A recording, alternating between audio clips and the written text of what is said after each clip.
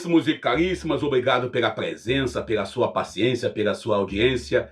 Eu sou o Daniel Nonato e começo hoje com Gonzaguinha, comportamento geral.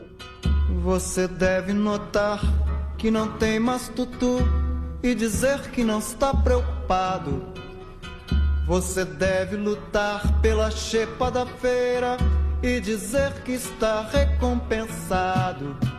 Você deve estampar sempre um ar de alegria e dizer que tudo tem melhorado.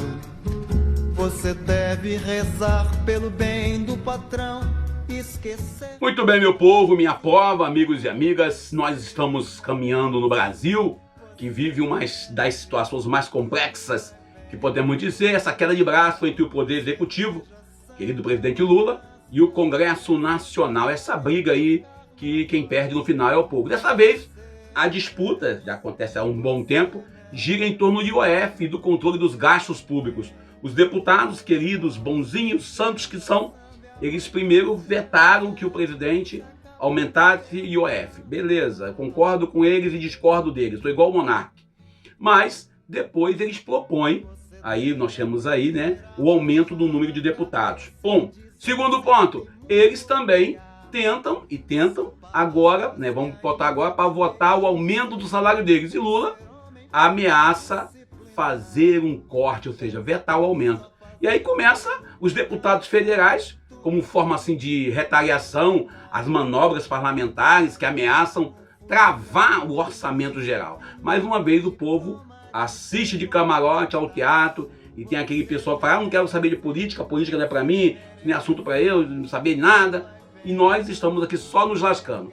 Enquanto um povo, o pobre, paga imposto de tudo, os ricos têm isenção fiscal, ainda tem retorno daquilo que foi retido na fonte. Só para começar a repetir. Também, a nível internacional, nós temos aí o Trump falando aquilo que ele sabe fazer, né? Aquilo é M mesmo.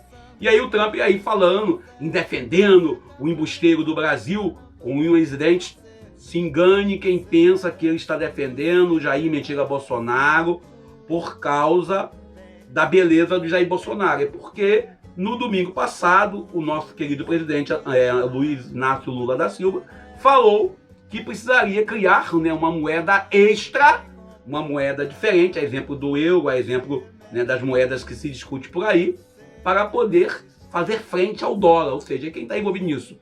O Brasil, a Rússia, a Índia, a China, a África do Sul, ou seja, ameaça o domínio internacional do dólar, e aí ele vai fazer esse comportamento. E outra coisa, ontem completou 90 dias onde ele falou que os países teriam que pagar uma taxa especial para ele, ou seja, ele está lá dizendo que é o cara que vai fazer acontecer, mas a preocupação dele não tem nada a ver com o Bolsonaro.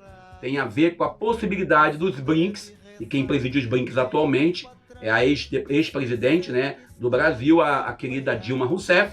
E resultado da história, tá aí, o Trump dizendo que defende o Bolsonaro, que sabe que o grande líder, né, um estadista que está indo contra esse modelo de economia que ele tem, de taxar os outros, é o Lula. Então ele vai atacar o Brasil, e eu quero ver qual brasileiro. Interessante, os deputados que dizem ser contra o aumento de imposto no Brasil são os mesmos que batem palma para o Trump, que está taxando o mundo inteiro. Será que o nome dele é diferente? Aqui no Brasil criaram o Taxade. Qual seria o nome do Trump? Sugere para a gente aí no comentário aí. Lembrando a todos e a todas que nessa tensão toda que nós chegamos no Evangelho de hoje. Evangelho de hoje, nessa quarta-feira, quinta-feira, não é isso, gente? Eu tô meio fora de tom, porque a gente trabalha à noite, aí a gente fica meio fora do tom. Bom, mas nessa quinta-feira nós temos aí o Evangelho de Mateus capítulo 10, versículos 7 ao 15. É nesse cenário que nós estamos vivendo, da manipulação, da idolatria, do poder e do dinheiro, que o Evangelho tem que ser anunciado. Nessa realidade de conflito, que o reino de Deus está próximo. Jesus envia 12 homens, não com estrutura ou com recursos, mas com uma palavra viva e mãos vazias. Eles não levam ouro, não estão preocupados em ter carro zero, não tem prata, sem garantia nenhuma. Vão com a fé, coragem e uma missão clara: curar, libertar, denunciar e despertar a comunidade. Essa missão não é tão romântica como alguns querem pintar. é uma missão radical, desconfortável e profundamente política, porque o reino que nós anunciamos, o reino de Jesus, ele entra diretamente em conflito com a estrutura de poder que nós temos no mundo e também dentro da nossa comunidade. Hoje, muita gente transforma a fé em um produto. Nós temos aí, um dia eu ouvi no Celso Carias, ele dizia, o produto mais barato que sai de graça é a fé. E a produto da chamada fé, ele às vezes faz uns e outros fazerem a missão uma carreira. O palanque vira-se púlpito e o contrário, o púlpito vira palanque. Mas Jesus envia como quem diz, não tenha medo de incomodar os poderosos. E se a cidade não acolher vocês, sacudam o pó dos pés, sigam adiante. A missão, ela não é para agradar A ou B, ela é para transformar, não é para agradar a direita nem a esquerda. Vamos dizer que na esquerda também tem coisas que nós, como cristãos, devemos nos posicionar, mas tudo no seu tempo. No tempo onde muitas missas, muitos cultos são verdadeiros shows de cantores, de pregadores digitais, que caçam likes, que vão fazer da fé uma situação quase doentia, emocional. E o Evangelho nos chama de volta a essa realidade. Ou seja, o Evangelho nos aproxima a fonte e o compromisso da proximidade dos lascados, como diria meu amigo João Rocha, lá de Lote 15, dos lascados desse mundo. É uma missão que não cabe nos bastidores.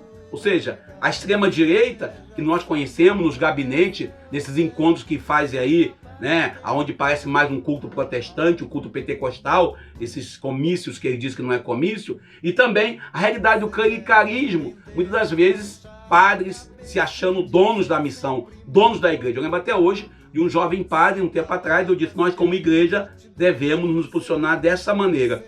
Aí ele falou assim, nós como igreja por quê? Eu falei, nós como igreja que sou eu que sou ordenado. Aí eu falei, então você joga fora Lumen Gentium, Gaudium Spes e todo o documento do Vaticano II.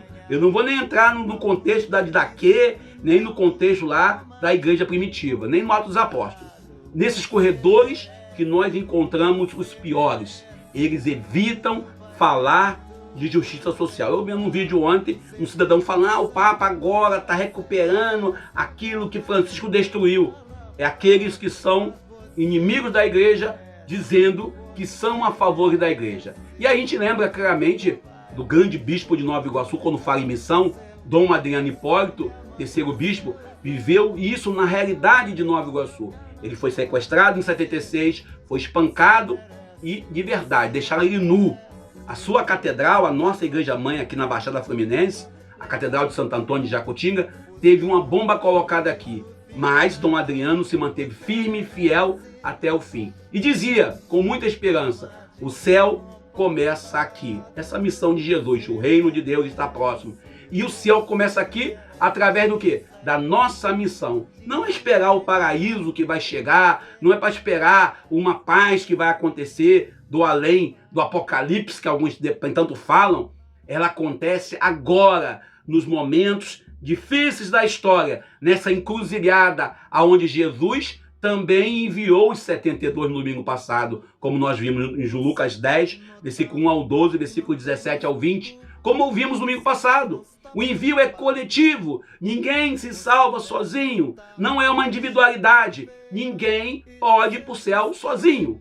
O que muda no mundo é uma fé comunitária, enraizada no chão da vida, uma fé que passa no território e denuncia as estruturas que são contra o reino, o anti-reino. Uma fé que não se vende, não se cala, não se acovarda, mesmo diante de milícia, de tráfico e diante de tantas situações que às vezes nós temos, sobretudo do poder institucional do clero. Aqui, principalmente, hoje, quando tantos querem missões, e eu fico olhando às vezes, alguns querem fazer missão na África, como eu falei ontem, missão não sei mais aonde, Jesus dizendo, a missão começa na sua rua, na sua casa. Bem, eu vou parando por aqui, pedindo a Deus que nos abençoe e nos ajude, e lembrando, como diz São Paulo Apóstolo, né, São Paulo Apóstolo diz, bem claro, a palavra de Deus não está algemada, segundo Timóteo, capítulo 2 ao 9. E ninguém é dono do Evangelho por si só.